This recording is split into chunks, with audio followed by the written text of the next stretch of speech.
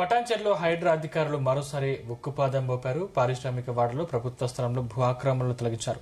Manjira water works టీజీఐఏసీకి చెందిన దాదాపు 1600 గజాల విలువైన స్థలాన్ని హైడ్రా అధికారులు స్వాధీనం చేసుకుని కంచె వేశారు. ఇదే స్థలంలో నిబంధనలకు విరుద్దంగా కట్టిన ప్రహరీ గోడను జేసీబీల సహాయంతో కూల్చివేశారు. ప్రభుత్వ స్థలాలను ఆక్రమిస్తే ఎంతటి వారినైనా వదిలేది లేదని, చట్టపరమైన చర్యలు తప్పవని అధికారులు హెచ్చరిస్తున్నారు.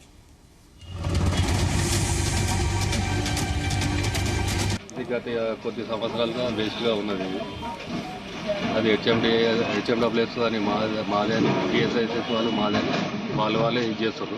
దానికి ఎమ్మెల్యే గారు మాట్లాడి ఇక్కడ శంకుస్థాపన చేయడం జరిగింది. వాసవి కన్యకా అపార్ట్మెంట్ చెప్పారు. ప్లస్ ఇక్కడ ఎట్లుండే అంటే మొత్తం డంప్ యార్డ్ ఉండే ఇక్కడ. దీంట్లో అసంఘటిత కార్యకలాపాలు చాలా జరిగినాయి. అప్పుడు పట్టించుకొని హైడ్రా ఇప్పుడు వచ్చి మొత్తం ఫెన్సింగ్ ఇప్పుడు వాళ్ళకి క్లారిటీ లేదు అక్కడ. అది ఎంత ఉంది, ఏంది, ఏం సంగతి, సర్వే నెంబర్ అవన్నీ ఏం లేవు. వచ్చేసి ఇక్కడ పని జరగవద్దు, మీరు వెళ్ళిపోవాలి ఇక్కడ నుండి అని చెప్పేసి వాళ్ళు చెప్పడం జరుగుతుంది. సర్వే ఎవరి సపోర్ట్ తోటి చేస్తారు. ఇప్పుడు దీన్ని ఏమంటారు, హైదరాబాద్ దీన్ని కూల్చుదామంటారా, ఆపుదామంటారా? వాళ్ళైతే మాకు ఇంతవరకు ఏం నోటీస్ ఇవ్వలేరు, ఏమి ఇవ్వలేరు. అసలు దాని గురించి డీటెయిల్స్ వాళ్ళకే చక్కగా తెలియదు, మాకేం చెప్తారు. 800 గజాలు అది నాకు కూడా ఐడియా లేదండి. స్థానిక శాసనసభ్యులు గారు సుమారుగా ఎంత ఉంటుంది? సుమారుగా ఉండొచ్చు, 1200 గజాలు ఏమి ఉండొచ్చు. ఇప్పుడు ఎన్ని రోజులు అయితే స్టార్ట్ చేసి? 1 month అయింది. ఎమ్మెల్యే గారు ఎప్పుడు శంకుస్థాపన 1 month.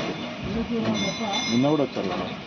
నిన్న మేము గుడికి మా కడపలు ఎక్కించడం, అప్పుడు వచ్చి కొబ్బరికాయ కొట్టి వెళ్ళడం జరిగింది. వారి పూర్తి సహాయ సహకారాలతో గుడి నిర్మించడం జరుగుతుంది. ఇప్పటివరకు ఎంత ఖర్చు అయింది దాన్ని? సుమారు 1 పైన ఖర్చు అయింది.